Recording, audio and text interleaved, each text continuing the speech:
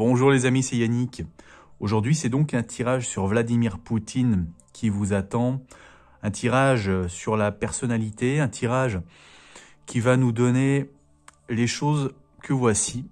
On va voir son cœur du problème, on va voir son présent, on va voir ses émotions, son intellect, ses désirs conscients, l'issue du problème, le futur, la synthèse de tout ça et puis ce qui lui donne de la force et ce qui lui en ôte. Alors, dans son cœur du problème, 3 de calice. On voit que c'est quelqu'un qui est au-dessus, qui domine la foule, quelqu'un qui est vraiment sur un plan de contrôle, sur un plan de supervision des choses. Donc c'est quelqu'un qui a le désir de contrôler un petit peu les masses, de contrôler le peuple, mais ici il n'y a pas d'utilisation de force particulièrement. C'est plutôt vraiment un contrôle un petit peu sous une forme d'aura, un contrôle naturel, un contrôle peut-être par l'administration étatique. Donc c'est vraiment quelqu'un qui veut tenir son rang de chef. On note une référence à la civilisation chrétienne avec ce décor d'église, ces gens qui rentrent dans un temple qu'on va beaucoup retrouver par la suite, vous allez voir, qui est très important apparemment pour Vladimir Poutine, cette notion de civilisation. Et on peut voir aussi donc quelqu'un qui veut faire rentrer des gens. Vous voyez que là, toutes les personnes vont dans la même direction. Donc il y a l'idée de ramener des gens dans son temple, dans son précaré.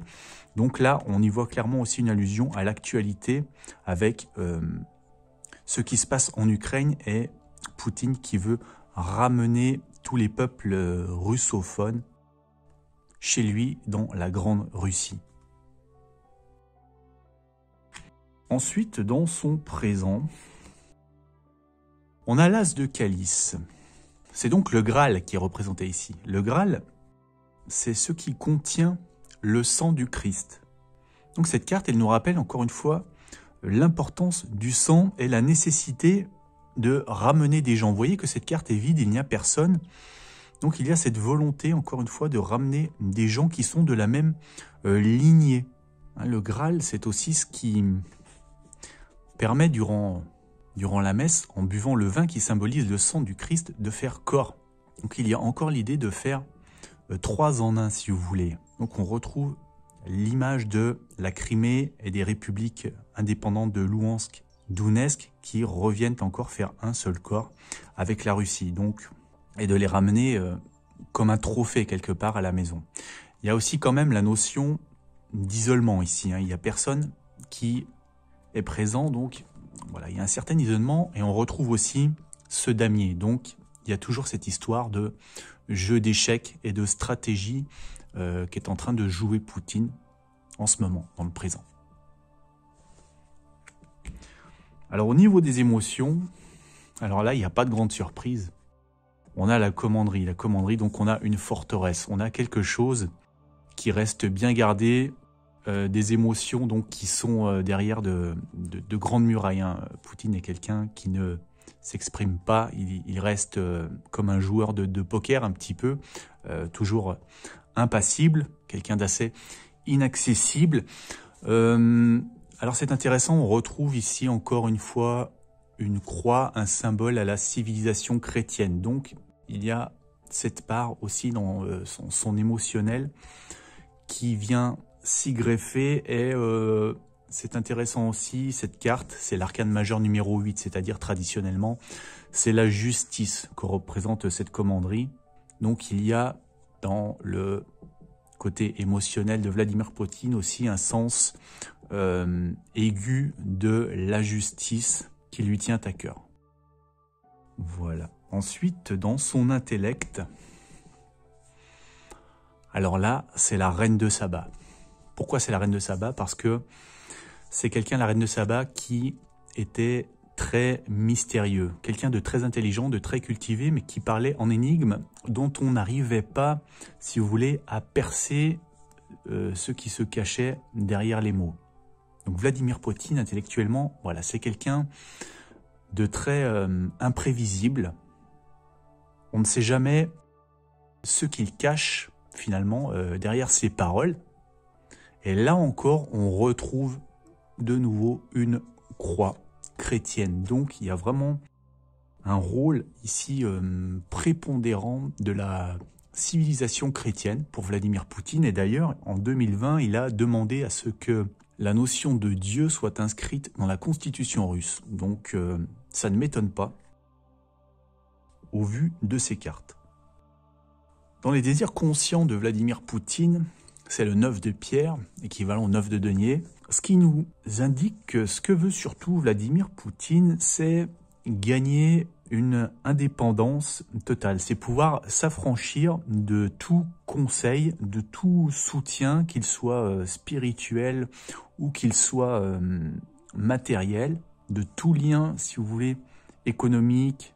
C'est quelqu'un qui veut vouloir prendre des décisions en son âme et conscience, en ne comptant que sur lui, que sur ses expériences vécues, que sur son passé, que sur ses erreurs, sur toutes les leçons qu'il a apprises. Voilà, c'est quelqu'un qui veut vraiment gagner l'autonomie, la sienne, celle de son pays sûrement. Quelqu'un qui a atteint une maturité, une réflexion suffisante et donc une assise financière aussi suffisante pour être totalement libre de prendre les décisions qu'il souhaite. Voilà ce qu'il désire avant tout. Alors, dans l'issue du problème, 8 de pierre, 8 de denier. Donc cette carte, elle nous parle d'une transmission d'un legs de connaissances, d'un legs spirituel, d'un legs encore une fois historique. Donc toujours cette idée de civilisation, de transmission qui compte énormément pour Vladimir Poutine. Donc si le problème c'était de ramener toutes ces régions qui ont été séparées de la Russie, bien ici, voilà, on retrouve un petit peu ces régions qui reviennent et finalement qui récupèrent leur culture. Hein. On a le livre ici, la transmission de cette connaissance de l'histoire. D'ailleurs, hier, Poutine a rappelé que toutes ces régions étaient russes historiquement, étaient de la même lignée que la Russie. Voilà. Alors, dans le futur, il y a quelque chose de pas très brillant.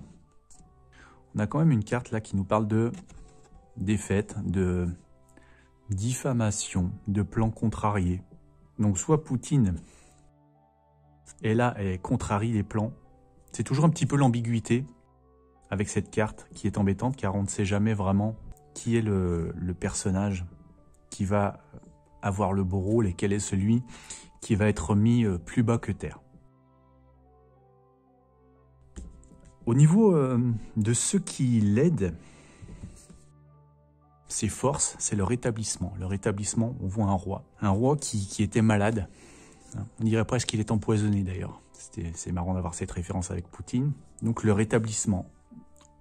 Ce qui l'aide Poutine, c'est d'avoir pu relever le royaume de Russie, hein, d'avoir été l'homme central qui a été capable de relever la Russie dans un moment où elle allait mal, où elle sortait du communisme. Donc il a permis à la Russie de se redresser, de devenir à nouveau la grande puissance qu'elle est aujourd'hui. Donc voilà, ce qui l'aide, c'est cette aura, ce passé finalement d'avoir pu relever une Russie malade, un royaume malade. Ce qui va à son encontre, on abhorre. Donc, ce que ça nous dit, c'est qu'on a toujours cette lutte fratricide entre la Russie et l'Occident. Hein. On a ici le soleil qui nous parle donc de l'Orient et de l'Occident, là où il se lève, là où il se couche. On a les deux frères, donc la Russie et le monde occidental, hein, les États-Unis, l'Europe, qui sont toujours en train, comme ça, de se chamailler, de s'affronter finalement. Donc ça contrarie, voilà, ça contrarie Vladimir Poutine, ça l'entrave. Au niveau de la synthèse, on a 9 et 3, 12 et 8, 20 et 3, 23 et 1, 24 et 5, 29 et 8, 37, donc 3 et 7, ça nous donne 10, la roue de fortune pour synthétiser Vladimir Poutine. Donc on voit que Vladimir Poutine est un homme qui n'a pas peur de remettre en cause les pouvoirs, les présidents, les rois. Voilà, là on a quelqu'un qui actionne la manivelle de la roue de la fortune, la roue de fortune ici qui porte des royautés, donc qui porte des pays, des royaumes, des présidents.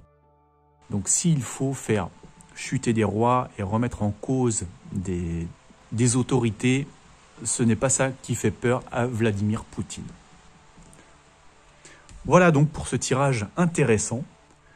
Dites ce que vous en pensez en commentaire, si vous avez envie. Et puis mettez un petit pouce avant de partir, ça me fera plaisir. Je vous remercie. À très bientôt tout le monde.